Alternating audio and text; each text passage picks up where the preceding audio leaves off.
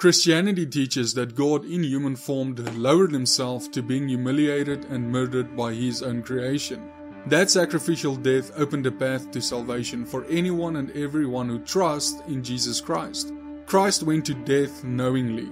In Mark 8:31 we read, "And he began to teach them that the Son of Man must suffer many things, and be rejected of the elders and of the chief priests and scribes, and be killed, and after 3 days rise again." Jesus had understanding that he would suffer on a cross and that he would be raised from death. Since Jesus knew the eventual outcome, some question whether this was a real sacrifice. Was Jesus' death on the cross truly sacrificial if Jesus was guaranteed to be raised from death? Those who doubt that Jesus' death was a real sacrifice misunderstand what happened on the cross. Christ's sacrifice was not entirely about ending the life of his human body. In truth, what happened on the cross involved more than stopping a heartbeat. The sacrifice of Christ also came in his emotional suffering, and in an omnipotent, perfect God being tortured and humiliated by his own creations. There's powerful and important symbolism in the physical aspects of Christ's death and resurrection, as well as fulfillment of prophecy.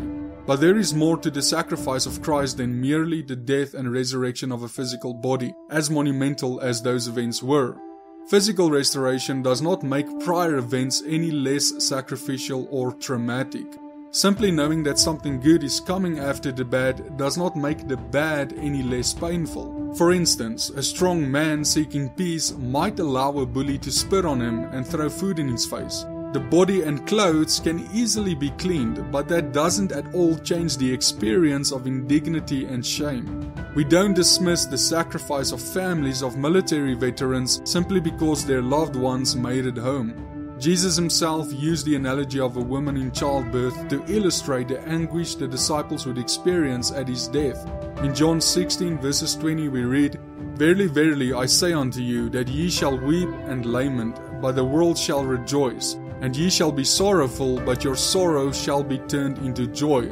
A woman, when she is in travail, hath sorrow, because her hour is come. But as soon as she is delivered of the child, she remembereth no more the anguish for the joy that a man is born into the world. And ye now therefore have sorrow, but I will see you again, and your heart shall rejoice, and your joy no man taketh from you."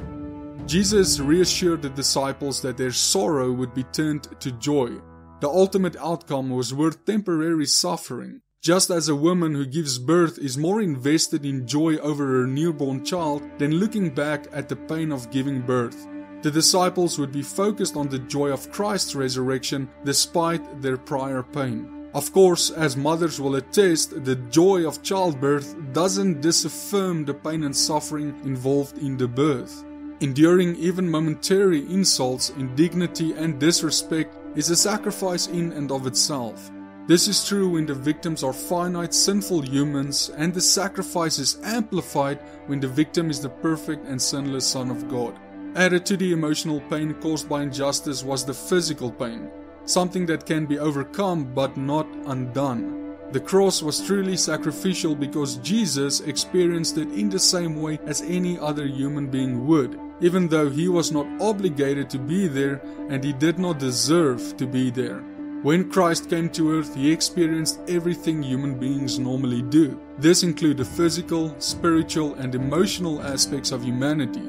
Jesus suffered the same physical and mental anguish as any of us would in a crucifixion. The brutality of his death was not an easy thing. The cross was not trivial to Christ simply because he knew he was going to be resurrected.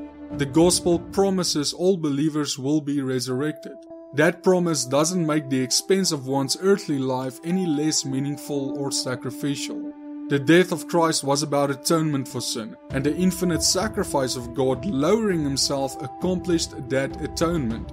Jesus knew what awaited him, both in pain and in glory, but this knowledge does not lessen his suffering. He was just as much emotionally wrought, wrestling with his own options, and his body was just as much broken and disfigured. Jesus sacrificed his will to the Father. At any moment he could have called down heavenly help, but he sacrificed his rights in order to provide us salvation. Thanks for watching everyone, and may you all have a blessed day.